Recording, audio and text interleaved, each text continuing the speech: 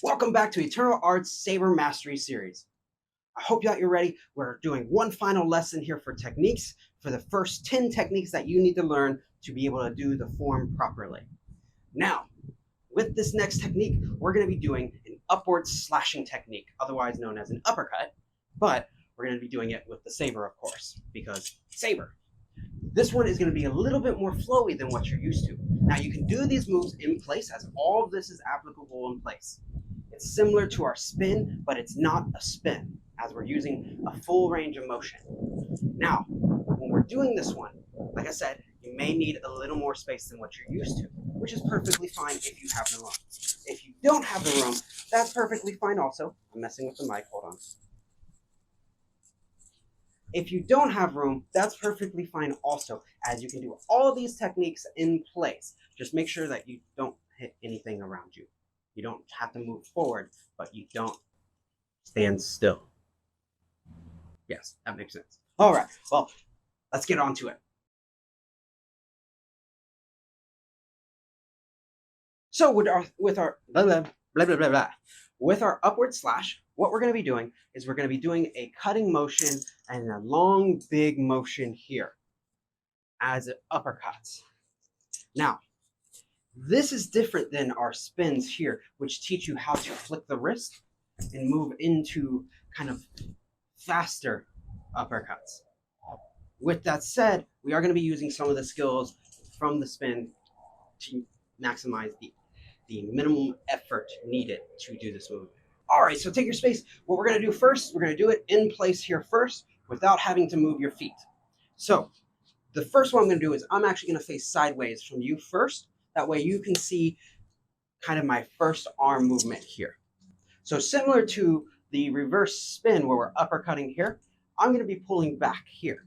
Now, when I pull back, I'm going to do a full range of motion all the way to my other shoulder here. Now, this hand can be here. This hand can be grabbing your hip. It can be on the flat of your back. Whatever you prefer. I prefer hip here for now. In the form, there's specific placements. Now I'm going to come up on this side. I'm going to turn my waist all the way back. Big circle. You notice my arm is straight. Let me move back to make sure that it's in the space we have here. So now I continue up and back. Circle. You notice I have to bend my wrist here. I lead with the pommel. What happens here is a lot of people will start dropping the wrist. This is a mistake. You'll hit the ground, cut your own toes. Don't do that. Keep that wrist cocked up. That way, when you make the circle, it continues a circle with the blade, the razor of the edge here. One. Full circle back. Again here, same thing will happen. People will drop the tip and hit the ground here. We don't want that. We want a full cocked wrist all the way up and back. Leading. Hear what this is called? This is your parents. You're leading with your parents. Up. Back. Up. Yeah. Up. Good. So that is uppercut. So I'm going to go this way here. Start up.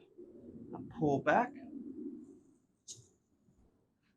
One. Two.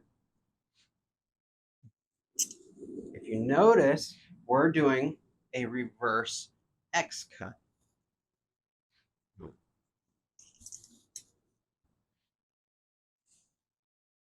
This is also really good for your shoulders to work on strength and to turn the cuff. Now, if your shoulder is really tight and you can only go back over here, that's perfectly fine. Find your range of motion. What you can do to make it fit in the hallway is if your shoulder is tight and you can only go to there for now, just try and turn your waist a little more. You can even step out, pull back, and then move the foot back in here. One, two, I step my foot out to turn the way. Back. Now that should only really be done if you have a really stiff shoulder. You should be able to just pull and up. Up and out. Up and up. So a good rule of thumb is practicing 10 times in the uppercut motion, right? So if you practice it 10 times, that means 2 cuts. Uppercut 1, uppercut 2, uppercut 2, uppercut 3. That didn't make sense. 1, 2, 2, 2, 3, 2, and so on. So now let's do it with our footwork that we need to have for our Major Lachlan form. I'm going to start in a reverse bow stance all the way over here. Now I'm going to circle down here, just like we did our press. I'm going to turn. I'm going to move forward, bow stance, uppercut. And I'm going to turn, continue the circle, bow stance this way, circle, move forward, uppercut. Circle, move forward, uppercut. Now that I'm facing this way, because I ran out of room, I'm going to go this way now. Just change my direction. Back, push, bow stance, circle,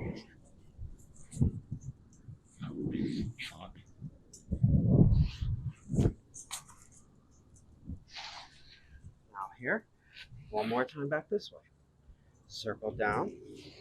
Now, one thing to think about, if you really want to do Major Longhorn Kung Fu, kick your butt. So when I kick my butt, I kick with the ball of my foot, move forward, here, then back, then turn, then I kick, here, then back, then turn, then I kick. Remember, kicking and getting low takes more room, but it can make the movement more elegant and proper. So when I move, right, I can move. 1, 2, into your next movement. Also, later on, you add jumping. So you have to have this movement here. That way you can jump later. But it all leads in with the uppercuts. So, the drill one more time. Facing this way now. Circle down. Move forward. 1, 2, 3, 4. What if I want to practice with very little room? I can go here, right? 2. Or you can do it just in place. 1, 2, 3. Or replace steps. 1, 2. So that is upward slash, right? But let's do it into a stance one more time. So I'm going to go from staff here, pull back 1, move forward, uppercut 2, circle, uppercut 3. Now from here, I'm going to step up, right? Bring this foot up behind. Then I continue the circle. You can attack the groin. Probably crushing my mic. Let's try that one more time. So, for reverse bow stance here. Circle down.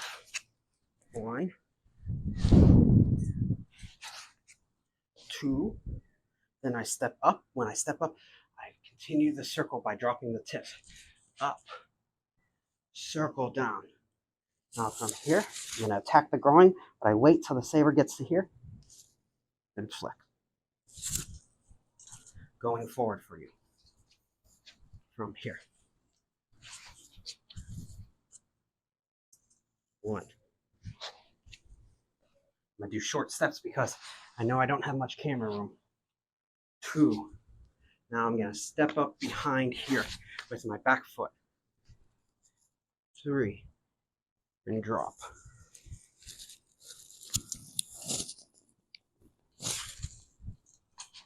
So, a little faster.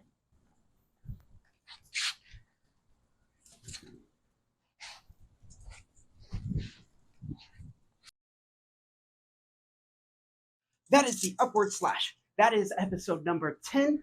We have done 10 episodes of techniques. There might be 1 or 2 more techniques that we need to cover, but I think it's time that maybe we start moving on to form practice. and start stringing the techniques together that we're getting here. All right, so in the next series, we'll start putting the form together.